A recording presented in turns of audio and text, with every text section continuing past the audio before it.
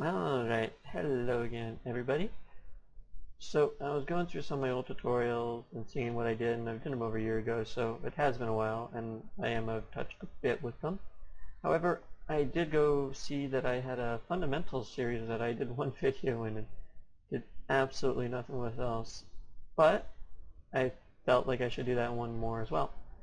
So this one will be a fundamentals more, and we will go over this, I don't know what it's called, command panel, but more we'll go over the modifier stack right here, which is a form of non-destructive modeling that allows you to continue to add modifiers onto your static objects, dynamic objects, anything really, and really change how the object looks, but allows the base object itself to stay similar so you can go back to it. So what I mean is, let's convert this to an editable poly and do some changes to it. Zoom out. This is just going to be a quick little thing to show you guys, and extrude it up a bit. And with this, if I make enough divisions in it, we can connect about that many. And ring it. You can do a lot of things with it. So let's say I want to bend this object. You can bend it, as you see. But you can turn it off and on. So what I'm really going to do is just go through most of the modifiers and how they work. So firstly, as I'm showing you, the base object is always at the bottom, right there. You can turn on and off each of your modifiers. However, if I render it out, you have to make sure that the modifiers are turned on before you render it. It's almost WYSIWYG for that. So this little light bulb beside it turns it off and on. Also, modifiers can stack. So let's say I have this editable poly, and I want to leave it like this, but I still want to be able to get back to this last editable poly. We'll add another editable poly modifier to it, and you can see that we can add very similar, there we go, operations to it. However, if I go back to this editable poly, and I'll hold in yes, you can see that it goes back to the beginning. And there we go. So that is its hierarchy, and you see the bend with it, but I want to turn off this editable poly because I don't like it. If I just want to get rid of this and change around, I just delete that. It goes back to the one below it. Now, excuse me, you saw before when I clicked back, it said a modifier exchange stack depends on topology. So what this says is these objects, this topology that it has right now, depends on this topology of this bend and this edit poly modifier. It's saying that if I change anything at this edit poly modifier, it might have a chance of changing around my stack above it.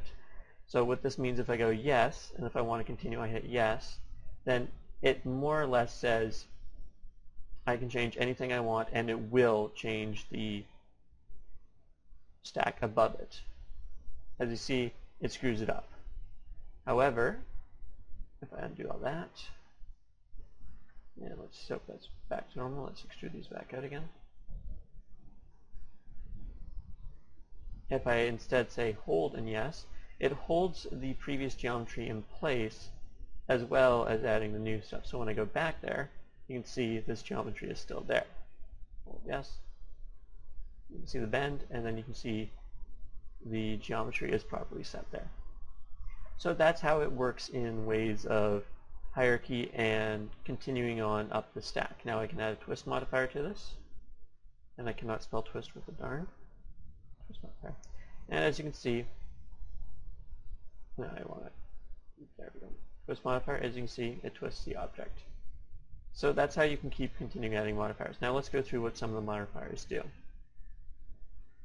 First, we will just go, these are the object space modifiers. These, since I'm just going to be doing static objects today, I'll most likely be doing these ones itself. Some of these are space modifiers, so camera maps. These are the select modifiers, which are really useful. I'll show you those a bit later. These are world space modifiers here in Perm, Krakatoa, since I have Krakatoa installed and stuff like that. Fume effects, because I have that installed. So these affect the world space, as it says world space modifiers. These affect the object space, so the object I have on myself. So a few of the ones I use most are bend. As you can see, it bends it no matter which way you want.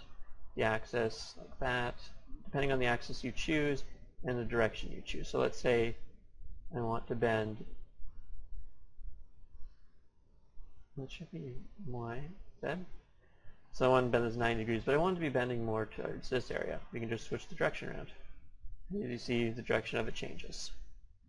If you want to change the gizmo, there are many operators inside each one like this. You can change where the gizmo is in relation, and the yellow bounding box, as you can see, shows how the object is going to transform, and it's going to transform in relation to that yellow gizmo. I'll just put that back to normal. And the center of the gizmo is where the center of the gizmo is and how the object will follow that. So that's for the bend modifier. As well, you can have limits.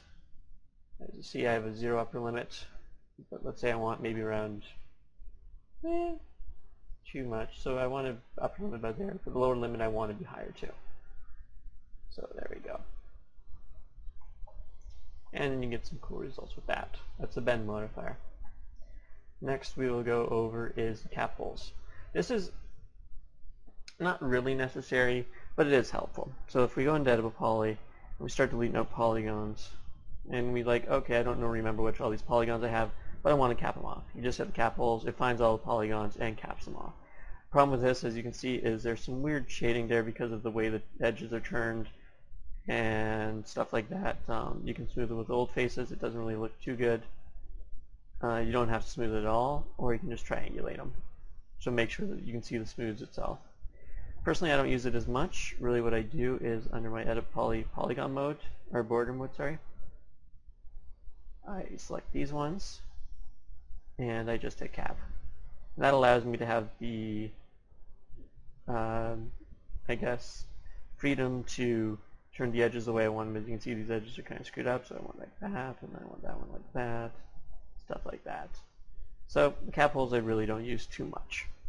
Next, what we're going to go over is cloth. We've done those in a lot of my cloth tutorials. Displacement. This is a cool one, and I'm going to need a plane for this. So what a displacement map does is it allows you to use a black and white map to displace your mesh. So let's say I'll put 100 by 100. That's too many for this 50 by 50. And let's zoom in on it, hit the displacement, and displace. So as you see right here, it allows you to displace your mesh based upon a image bitmap or a map that you make inside your material editor. So let's make, say I want like kind of a noisy ground map. First what I'm going to do is select my map and hit a noise map. But really, you can see I can't really do anything with this. So you have to go into your material editor, drag and drop your map into here with an instance, and there you see it now. So this is what our noise, and since it uses the black and white information, you can see that. So let's make our noise a bit smaller, down to about 0.5, and the rest should be pretty good. Now nothing's happening because our strength is set to 0. So we up our strength to around like 5, and there you go, you can see the noise map taking effect. If I just make this an easier color to see, maybe a gray, hopefully that'll work nicely. Yeah, that works alright. You can see it, and a bit more strength so you can see it a bit better. There you go. You can see in the material editor, this noise map, the blacks are low, the whites are high. Well, whites are 100, blacks are 0. And you can see how it takes this into effect and changes around the noise map with this plane. So what you can do is you can make the size bigger, and as you can see, the noise gets bigger or smaller depending on what you like. You can set the high and low thresholds. And as you can see, it makes it fit. The whites, as I said, are highs. So as you can see, the more white the image gets, the higher and flatter the plane gets itself. You can set some of your lows so it can get lower. And there you go. You can make different looking, I guess, objects with just a noise modifier in here. As well, you can map it to a box, a cylindrical map. As you can see now, we can get our edges kind of on the edge. Usually I just use a planar mapping because it allows it flat on the plane. You can also tile the map. And let's say 5 by 5 by 5. I can't remember the actual. But that's if we're using a bitmap, I think. Yeah. There you go. And you can use spherical maps. It all has different looks. but that's depending on the object you like. As you can see, now that my length is too small, you can see where the displacement map has effect in. As well, you can do some quick alignment, so you can fit it to our object quickly, center it to our object, and align it on any axis we want. That's a quick look at the displacement modifier. Now let's go on to the edit mesh, edit normals, edit patch, file. Usually I use edit poly. This just allows you to add another edit poly modifier, as I was doing before, to your poly. What you usually use this to is, let's say you make a change to an object, but you're not sure if you really want it. So what you do is just add another edit poly modifier, make your change, and if you like it, you can leave it like that. If you don't like it, all you have to do is turn it back off, and you don't need it anymore. So that's what I use that one for, as well as I use it for doing a bit of editing after I do some smooth groups, or if I do a selection with some Greeble modifier, and then I add another one like that on. Alright, so let's do another one. Face extrude. What this does is it allows you to extrude the faces, but first what you need, as I was saying, you need a select mesh. So what this one does is it selects polygons for you. It selects polygons for you that your next modifier will use. As you can see, there's polygon selected in this mesh select because there's a polygon symbol there. And now what you can do is you can extrude your faces from that mesh select. And if you want to clear that selection, because let's say you add an edit poly modifier to it, or you add another modifier to it, I guess a bend, you can see it still uses the polygons, but you want to use these red polygons, but you wanted to use the entire, I guess, object. So what you have to do first, use a mesh select, select nothing, and then it says, okay, I want the whole object again. Add your bend modifier, and now you can start bending it. Okay, that looks hilarious, but you can get the picture. There we go, that looks better. And if you don't like the mesh select, then you can see how it looks differently with just those being bent. Or if you don't like the extrusion, you can just turn that off. And there you go. That's how you have, I don't even know what that looks like, but something like that. So I'm just going to quickly turn all these off. Yes. And delete them. Just delete these modifiers. And delete. Sorry about that. So next thing is face extrude. The FFD modifiers. These are really similar. All these 4, 5 are really the same. These are just pre-made boxes, so I'm just going to hit box instead. So what the other ones do are the exact same as this, except they already have pre-made points. So what you can set number of points, and I'm going to go 2, 2, and 2.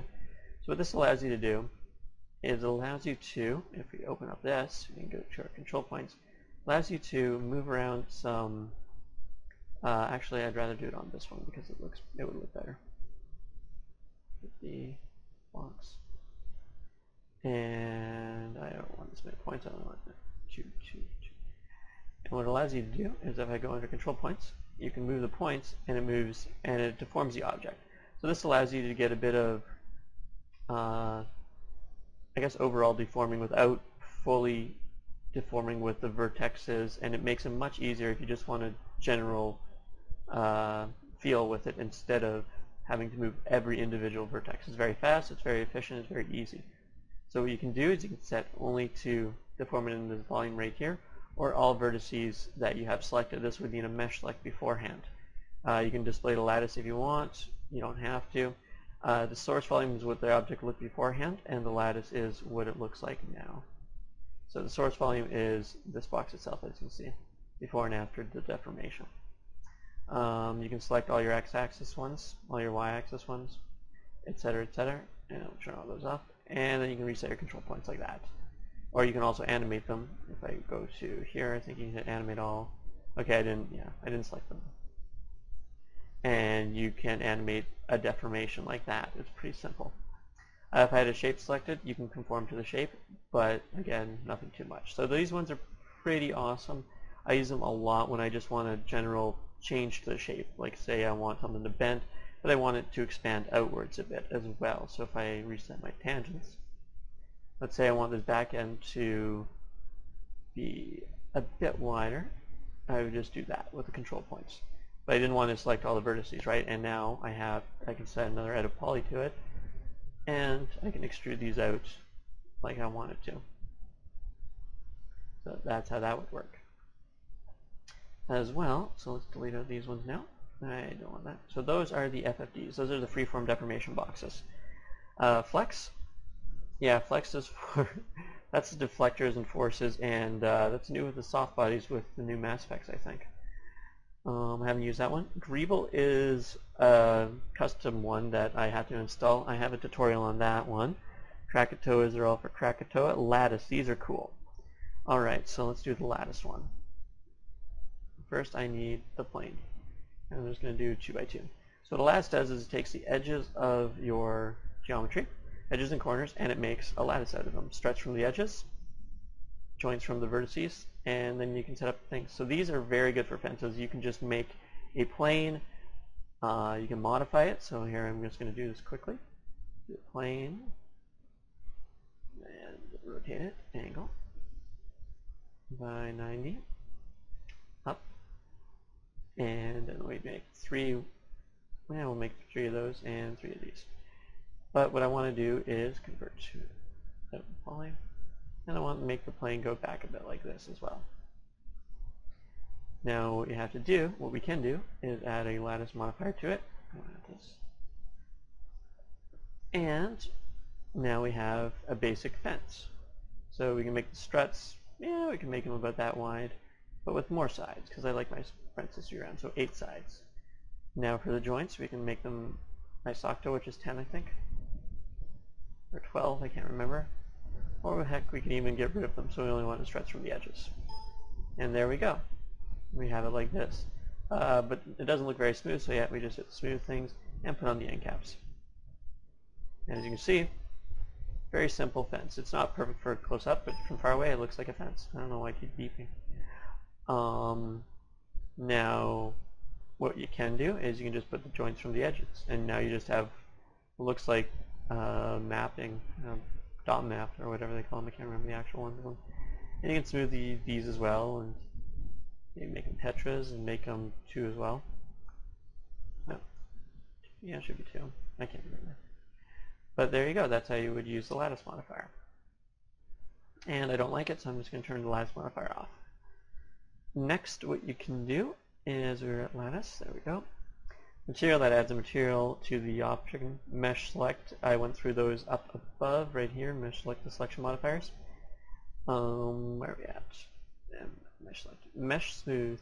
This is just another way of turbo smoothing it. As you can see, it uses a NURM style. You can use classic style, or you can use a quad output, which makes sure that the smoothing is all done, but it always outputs in quads. This is just a basic smoothing modifier, and we use NURM. Setting your iterations. But the best part of this is you can turn it, you can toggle it on and off.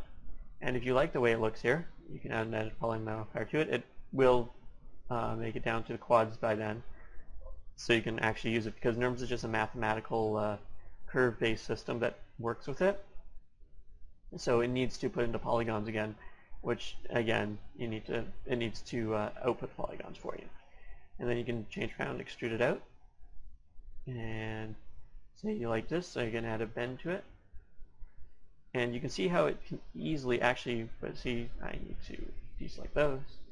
And you can see how it easily starts to stack modifiers, and you can get very cool different things. This doesn't look like anything because I'm just stacking random modifiers on top of itself. But let's say I don't like the smooth. I just turn off the smooth. Or let's say I want a low poly version, I turn off the smooth. I don't like the bend to it, I turn off the bend. But I like the lattice, so you can just turn the lattice on and bend it up as well. Now it looks kind of funky because of the way the edit poly worked, but I don't like that edit poly, so I just turn it off, and there we go. The bent fence with really bad smoothing. Now we go turn those off now, and we add another one. So that was mesh smooth. Mirror, this is really useful for symmetrying things. So let's say I want this a fence, but I want a mirror image of it. You literally just mirror it. We have to move the mirror center. And let's say I want to mirror it over here. I just hit the Y, Z axis, and there you can see it. It's mirrored. And you can mirror it in almost any direction you like. As you see with the, I moved my mirror center properly. Okay, there we go. Y. And I can make it move up so it mirrors around this. This is very useful for if you want to duplicate something and mirror it. However, there's a better one for that. This one, better shots than the newer ones. Alright. Normals, these flip all the normals. or you can unify them to make them, you don't want to flip them. You can unify them to make them all point in one direction, so I can show you this with the X4 modifier, X view, and normals, I think it is. Flip UV faces, multiple faces, face orientation, there we go. As you can see, the greens and the purples. And now we can flip the normals, and now the greens are on this side. Greens are the outside normals, or the inside normals, yeah. But you can unify them to make sure they're all pointing the same way. This, what you can do as well, is you can add a mesh select to it. Mesh select. Select some mesh part of it, and you can flip the normals of those ones. And flip them. And there you see, they're flipped normals. It's not good, we don't want to unify, but it does work. Now I'll just delete those, and that's not the proper way of doing it, but I show you how you can use it. Next we will go into normals, optimize. This optimizes it down, as you can see, with the levels of detail. Very good for games and stuff, but not necessarily needed all the time. You can make 2 different levels of detail. You can make a different face threshold to say how much it wants to before it optimizes it, and then you can see your before and after status is right there. This is usually done after your entire modeling, so you can see it's completely done. I rarely do it because most of the game engines can optimize it for you. Most of the exporters, the FBX1, the CryEngine 1, all of that exports it for you properly, and all of that fun stuff. However, if you need to optimize it for a different game engine, have at it, it's right there. But be careful with that one. Now, we're going under patch select. These are for the patch modifiers. I rarely use patches and paths, so these ones I won't go through very much. Noise, I forgot to do noise. This is a very cool one. What it does is allows a bit of noise. Let's go back to our plane, turn off our lattice, add noise modifier, and I need my plane to be a bit more 50 by 50, a bit more frequency to it. Oh, and my X view is still on, so let's turn off our X view. So our noise, what it allows us to do is add a bit of noise to our object. As you can see, it's starting to add right there, 50 by 50. And you can see there's a noise right there. So you can kind of get a bit of a look at it. However, the scale is huge, so if we make it down, then you can see the scale getting much smaller. Now we got some rolling hills there, but I really don't like this XY one. Which one? There's that up and down one. There we go. As well as you can make it fractal based, so you can change more iterations or less iterations, seeing how much roughness you want. You can go between 0 and 1 to offset the iterations, I guess. And you can animate it. So if we just hit this, now you can see it looks like a waving water. I've done this before for water, just a slight noise map, not this high of course, maybe like 5, and it looks good. But I mean, I now use real flow or stuff like that because that is much more in-depth and, I guess, realistic.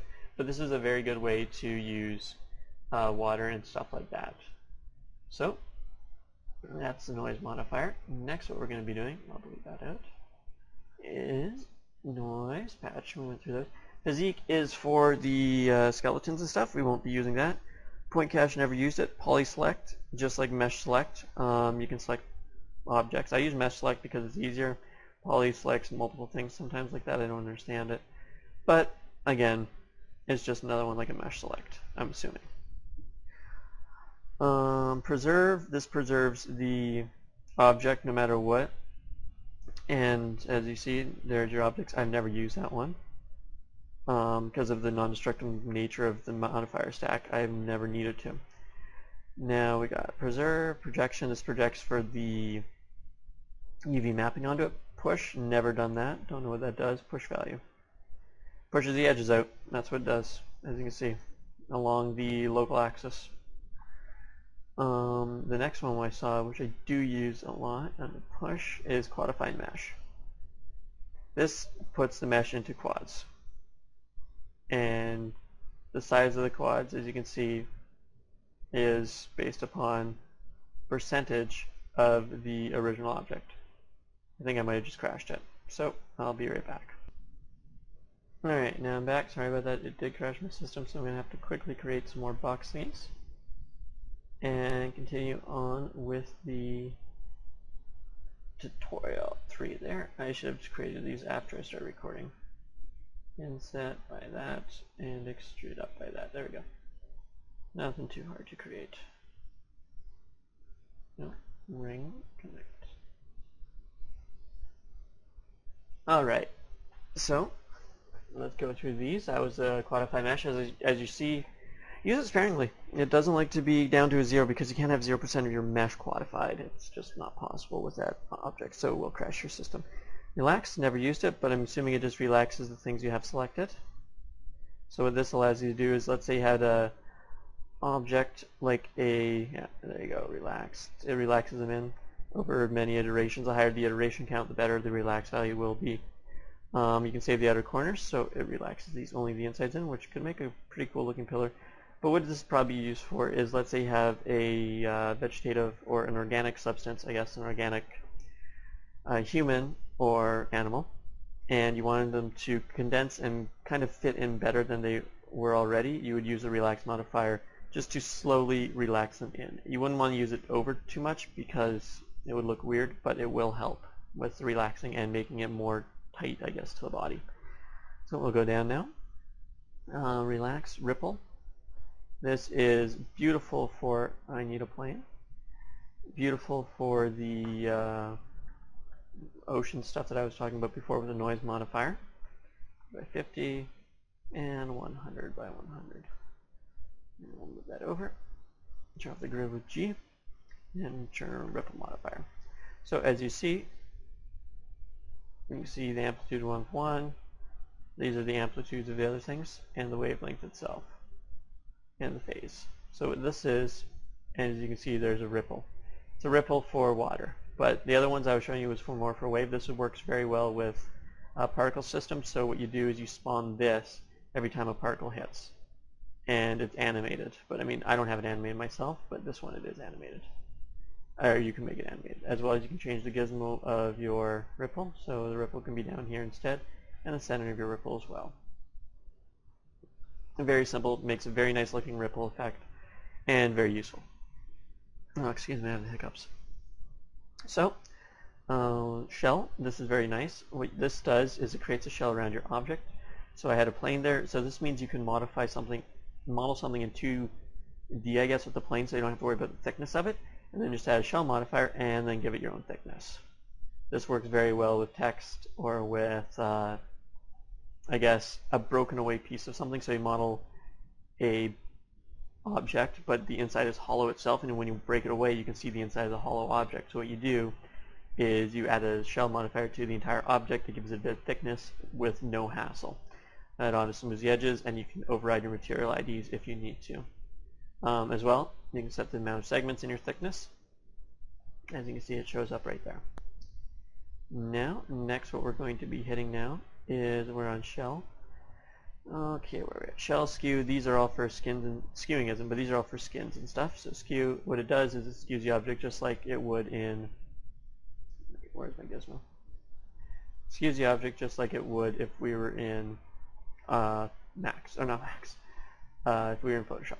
So you can see the skew of the object. It's coming in, it's skewing it up and down. Usually I don't use this too much. It could be useful, but this was before Max started doing a lot with the modeling and the viewport modeling with these gizmos and such, so they needed these sorts of modifiers. Very, I guess, legacy almost now, but I barely use it. Skew, skins, yeah, slices the object in half wherever the slice modifier is. This is now built into the edit poly modifier. You can split the mesh as you see. Now let's move this over a bit so you can see the line that's actually splitting. As you can see right in here, there's a line that's splitting it. You can remove the top or remove the bottom of your slice modifier.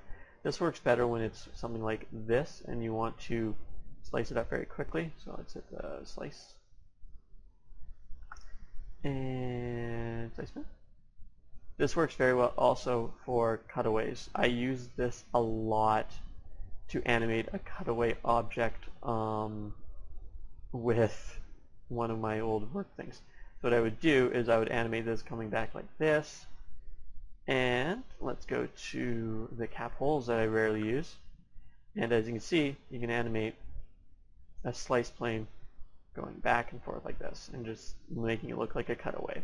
It worked well, and I would do it again, but that is how you can use a modifier stack to do something very easy and very I guess necessary depending on your object and your task. So more on that. That's how you use a slice modifier. I just don't want to get out of it. Thank you. Select this again. Go down, pass a slice. Smooth, that's just an auto smooth. Now this is built into the edit poly modifier too, but you can auto smooth it after your edit poly. Usually auto smoothing works just fine. As well, let's go down. But as I said, it's built into the edit poly now. So you rarely need to do it unless you do a change to an edit poly and you don't want to add an edit poly modifier to it just to smooth it out. Spherify, it makes it into a sphere. It's a very weird thing. But as you see, it spherifies it. This is a good way to get square spheres. That makes no sense. But spheres that are quads. So you can see if we make a sphere, you have all these weird triangles at the top. But we don't want this. We want it actually to be quads at the top. So if we do this, make 10 by 10 by 10, and then 10 by 10 by 10. You can add that, and you can add spherify. I can't spell spherify. You can see that now there are quads everywhere, but it's still a sphere. There are a few noticeable seams there, but nothing too big. This is also very cool to be like, hey look, I'm switching in between a square and a circle. It reminds me of the old Windows 98 screensavers. Stuff like that. Alright, next what we will be doing is going down, squeeze and stretch. Pretty simple. Squeeze is an object, and actually that's not going to show it very well in this squeeze. Squeeze is an object and stretch is an object. Not too difficult. Same as the stretch modifier. You get some pretty cool, there it goes. You get some pretty cool, I guess, animations with this. It makes it look like a bouncing ball. I'd probably use this for one of my first animations when I made a ball bounce. And if I didn't, then that's just sad because this is very good for it. What this does is it uses the scale, the stretch and squash scale tool, but with a much better effect. And you can switch your axis that you're on. So next, what we'll go over is subdivide. It just subdivides them down into more polygons, give you a bit more resolution into it. Don't usually use it, but it can be useful. Substitutes objects out. Really what you can do is if you block in the squares, you can just substitute them out. And it also, so you can substitute your object in the viewport as well. Like if you have these really high poly things, but you only want boxes to show the placement for them, you can do that. I don't use it. It's not necessary anymore. The GPUs of nowadays are strong enough that you don't need to use the substitute modifiers, but if you have an old system, it might be necessary. Symmetry, this is a beautiful one. It really is just making something symmetrical, and I wanted to make it symmetrical. As you can see, it makes it symmetrical across a mirror, and depending on where the mirror is and how it's rotated, you can stretch it, but that's really all it is. There's a weld seam in the slice mirror, but this one is very common and I use it a lot for a lot of my tileable stuff. Taper. This is taper as the object up and down based upon an amount and a curve, which allows you to make it look like a raindrop. I don't know how a raindrop looks. Like that? Okay. So today we are learning how Aaron doesn't know what a raindrop looks like. There we go. No. So we had teardrop or a gumball or something, I don't know. But that's a taper modifier. And my computer's being silly. Tessellate. Tessellates it down into triangles. It's very useful, but again, there's a triangulating modifier. You don't necessarily need it, but it does help. I don't know why my thing is slowing down so much. Alright, next what we will use is going down. Turbo Smooth. This one I use the most. I'm going to turn off the tessellate though. I'm going to turbo smooth something different. This one allows you to do mesh smooth, but I like it more because it allows you to have, that just looks horrible. Let's delete that. Let's just turn off these two things. It allows you to have more geometry afterwards. And the iterations, it's just very simple. Usually if you want to smooth something, you use turbo smooth. It just gives you more iterations. It works exactly like the mesh smooth modifier, but I use it more just because it's simpler. Turn to mesh, this turns it to the, if you right click and go convert to editable poly, that does the exact same thing as those turn to mesh things. UV map, twist, yes. Twist is next. Twist is, what it does is it twists it around an axis. I'm going to turn this off and go twist. So as you see, you can twist around an axis. This is very useful for when you are making like a circular pipe thing. I'm going to quickly show you how to do that. Let's just go 3 cylinders. 1, 2, and it just makes it look, so that looks pretty boring.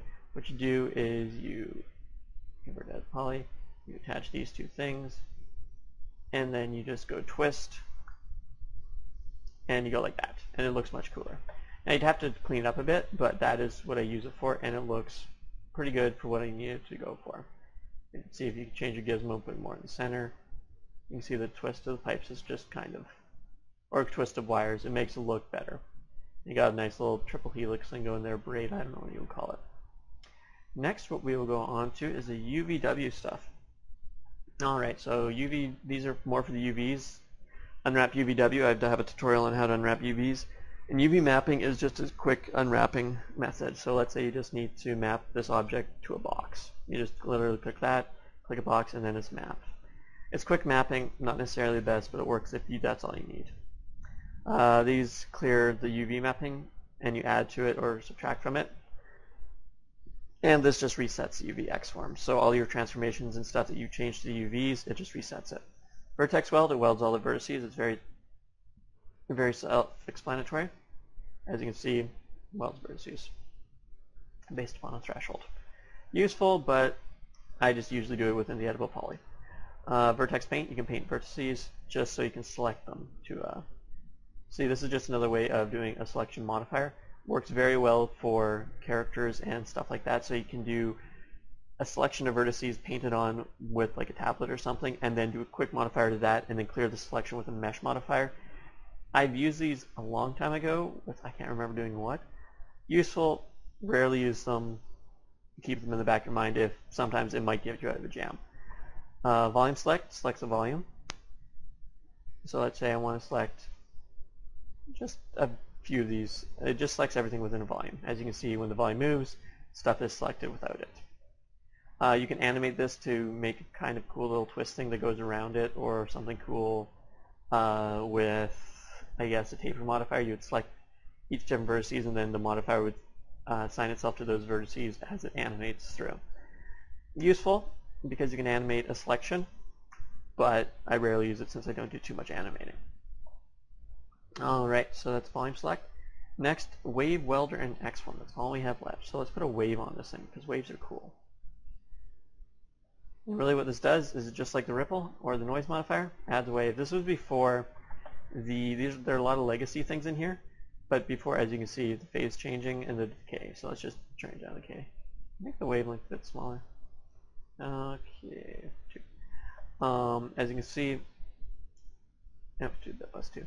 As you can see, it waves going up and down with it. This was before all the noise modifiers and many more different programs that do waves and stuff. So this was more of a legacy feature back in 2006 or 5.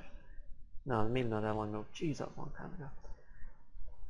And now, next, the welder welds vertices based upon a threshold, welds vertices and normals. But my last favorite is the X form. So let's say you do some crazy transformations to this, and you can see your X form is changed around, your rotations change around, and then you get some really crazy. Now let's go attach this. Convert to poly. Okay, not editable patch. Sorry about that.